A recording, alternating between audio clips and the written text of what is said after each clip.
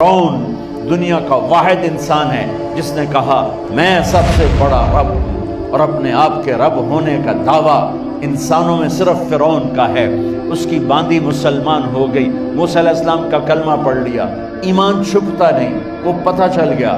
فرعون نے اس کو پکڑوایا، اس کی 2 بچیاں، ایک دودھ پیتی ایک ساتھ چلتی، اور اس نے اپنے دربار میں کڑاہ میں تیل ڈلوایا، نیچے آگ لگوائی، تیل ابلنے لگا۔ جب وہ پوری طاقت سے ابلنے لگا تو اس نے فرعون کی باندی سے کہا یہ آگ تیرے سامنے ہے، جلتا ہوا تیل، موسیٰ کے رب کو مانے گی تو پہلے تیری بچیوں کو جلاؤں گا پھر تجھے جلاؤں گا، اور اگر مجھے رب مانے گی تیرے گھر کو سونے چاندی سے بھر دوں گا۔ سنو اس نے کیا کہا، وہ کہنے لگی فرعون یہ تو میری 2 ہیں، میری 100 ہوتی تو اللہ کے نام پہ آج میں قربان کر دیتی، کر جو تجھے کرنا ہے۔ تو پاگل ہو گیا، غصے میں کہنے لگا اس کی بڑی بیٹی کو ڈال دو۔ تو انہوں نے اس کو یوں ٹانگوں سے پکڑا اور وہ چیختی چلاتی ہوئی تھی۔ ماں کا ایک بول اس کی جان بچا سکتا تھا، اور پھر گھر جا کے توبہ کر لیتی۔ وہ کہتی یا اللہ مجھے معاف کر دے، میں نے کلمہ کفر کہا۔ اس کو ٹانگوں سے پکڑا ہوا ہے، اس کے ہاتھ نیچے جھول رہے ہیں، اور وہ اماں اماں بھی کہہ رہی کہ مجھے بچا لو۔ ماں نے اپنی آنکھوں سے بچی کو تیل میں یوں ڈوبتے دیکھا، اور پھر وہ ابھری جیسے مچھلی تلنے کے لیے، جیسے مچھلی تلی جاتی تو باہر آ جاتی، اوپر آ جاتی، تو وہ ایسے بلبلے اٹھ رہے تھے۔ وہ ایک ہی لمحے میں اس کی تو جان گئی، ایک آنسو کا قطرہ اس نے نہیں نکلنے دیا اپنی آنکھوں سے، اور اپنے دل کو جب مضبوط کیا، میرے رب کی رحمت محبت حرکت میں آئی۔ اللہ نے ماں کی آنکھوں سے پردہ ہٹا دیا، اور ماں نے اپنی بیٹی کی روح کو نکلتے دیکھا، اور وہ کہہ رہی ہے ماں جی ڈرنا نہیں، صبر کرو، جنت تیار ہے، جنت تیار ہے۔ معصوم بچی کو تو پتہ بھی نہیں تھا کہ کیا ہونے والا ہے، اس کو پکڑ کے یوں ڈالا، اس کی تو آہ بھی نہ نکلی، اور وہ مچھلی کی طرح تلی گئی۔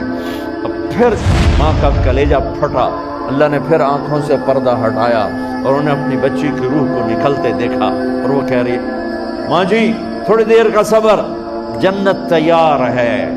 اللہ کو پایا سب کچھ پایا، اللہ کو کھو دیا سب کچھ کھو دیا۔ جب اس کو پکڑ کے لے جانے لگے، اس نے فرعون کو دیکھا۔ فرعون اس کی آنکھوں میں آنکھیں نہیں ڈال سکا، نظریں نیچے ہوگی اس کی۔